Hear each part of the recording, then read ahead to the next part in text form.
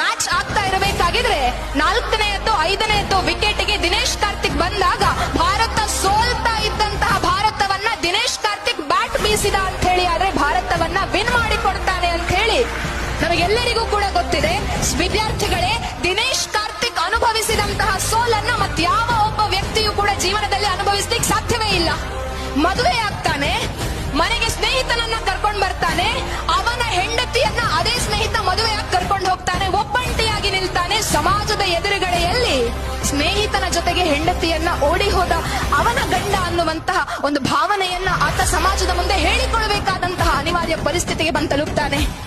ಡಿಪ್ರೆಷನ್ಗೆ ಹೋಗ್ತಾನೆ, ಬ್ಯಾಟ್ ಬೀಸ್ಲಿಕ್ಕೆ ಸಾಧ್ಯ ಆಗದೇ ಇರುವಂತಹ ಒಂದು ಸಿಚುವೇಶನ್ ಬರ್ತಾನೆ.